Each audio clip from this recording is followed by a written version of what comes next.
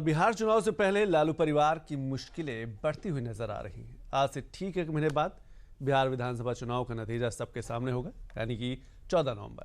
ऐसे में जहां एनडीए गठबंधन में सीट बंटवारे का फार्मूला तय हो गया है, वहीं महागठबंधन में सीट शेयरिंग को लेकर अभी भी माथापच्ची जारी है।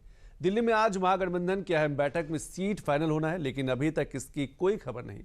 उधर बीजेपी की पहली लिस्ट भी जारी हो सकती है। क्या है पूरी रिपोर्ट, देखिए आप। बिहार विधानसभा चुनाव को लेकर सियासी हलचल काफी तेज है। एनडीए में सीट बंटवारे का फार्मूला तय हो गया है। एनडीए ने रविवार को सीट शेयरिंग की घोषणा कर दी थी। इस बार बीजेपी और जेडीयू को बराबर 101 सीटें मिली हैं। साल 2005 के विधानसभा चुनाव के बाद ऐसा पहली बार हो रहा है जब बीजेपी और जेडीयू बराबर सीटों पर चुनाव लड़ रही हो। इससे पहले हर बार के चुनाव में जेडीयू हमेशा बड़े भाई की भूमिका में रहता था। साल 2020 में ही जदयू 115 और बीजेपी 110 सीट पर चुनाव लड़ी थी, लेकिन 2025 विधानसभा चुनाव में दोनों पार्टियां 101 सीटों पर लड़ेंगी। बिहार चुनाव के लिए एनडीए में सीट बंटवारे का समीकरण क्या है, वो जान लीजिए। भाजपा 101 सीट पर, जदयू 101 सीट पर, एलजेपी 29 सीट पर, एचएएम 6 सीट पर और आरएलएम 6 सीट पर चुनाव लड़ेगी। बिहार में एनडीए के सीट बंटवारे को लेकर कई तरह के कयास लगाए जा रहे थे। कई दिनों से सीटों को लेकर सस्पेंस बना हुआ था, लेकिन जैसे ही सीट बंटवारे का ऐलान हुआ तो एनडीए के सहयोगी दलों की तरफ से बयान भी आ गए। हमको एक सीट मिली थी, हम क्या थे, नाराज थे। वैसे यहाँ अगर 6 सीट की बात की गई है तो आला कमान करने में है, उसको हम सिरोधार्य करते हैं। तो हमारा था कि सम्मानजनक सीटें होनी चाहिए। हमारे राष्ट्रीय अध्यक्ष जी खुश हैं कि सीट नेगोशिएशन हुआ और लोक जनशक्ति पार्टी की बातों को सुना गया। उनको सम्मानता पूर्वक सीट्स उनको मिली हैं। अब हमारा ये फोकस है कि लोक जनशक्ति पार्टी अपनी 100% स्ट्राइक रेट को बरकरार रखे, 29 की 29 सीट जीते और बिहार में हम लोग 225 विधानसभा जीत के चुनाव का जब नतीजा आएगा तो 225 सीट हम लोग पार करेंगे। सफलतापूर्वक सहमति के आधार पर बिहार के जनता के हित में निर्णय लिया है और यह सफल रहेगा। भारी बहुमत से सरकार भी बनाएगी और बिहार के विकास की गति को और तेजी से बढ़ाएगी।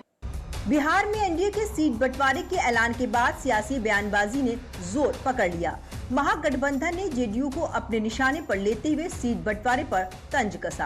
राजद नेता मृत्युंजय तिवारी ने आरोप लगाया कि गठबंधन में सब ठीक ठाक नहीं है। बीजेपी ने जेडीयू को तो बराबरी पर लाया है और चुनाव के बाद जेडीयू को समाप्त करेगी। ये बात तो सब लोग कह ही रहे हैं, श्री तेजस्वी यादव जी लगातार। बाकी दलों को भी घुटने पे ला दिया, हैसियत बता दी। आदरणीय मांझी जी तो खुद ही कह रहे हैं कि इसका खामियाजा भुगतना होगा। आदरणीय उपेंद्र कुशवाहा जी पत्र लिख रहे हैं अपने समर्थकों को। अब स्वाभिमान से समझौता करके अगर कोई कुर्सी के लिए वहाँ रहते हैं तो उनके समर्थक भी जान रहे हैं कि इसको 101 मत कहिए, 141 कहिए।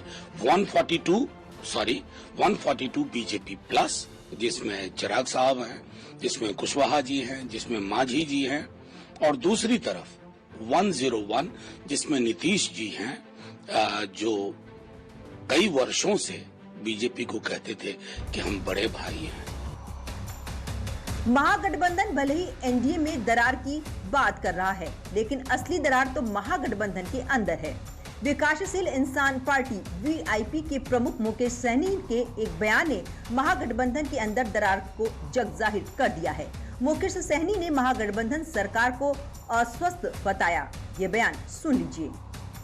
थोड़ा सा अस्वस्थ हुआ है तो दिल्ली जा रहे हैं और आपको पता है कि सब डॉक्टर दिल्ली में है, तो वहाँ पे बेहतर उपचार हो जाएगा और स्वस्थ होकर हम लोग पटना लौटेंगे। हमको भी नहीं पता है कि दिल्ली में जाके, ये बात तो हमको भी नहीं पता है, लेकिन दिल्ली जाके ऊपर सही डॉक्टर के पास जाकर सही इलाज हो जाएगा।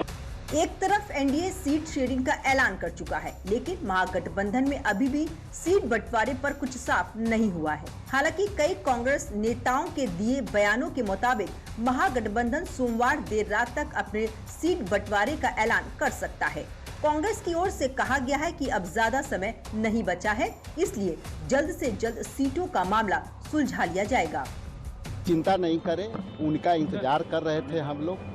उनके इंतजार के बाद हम उस हिसाब से हम काम करेंगे और हम दिल्ली हम लोग सभी लोग जा रहे हैं। सीईसी के बैठक के बाद हमारे नेता राहुल गांधी जी, खड़गे जी, केसी जी ने वहाँ पे मीटिंग रखी है। उसके बाद हम लोग ज्वाइंटली या कैसे होगा हम लोग निर्धारित करेंगे।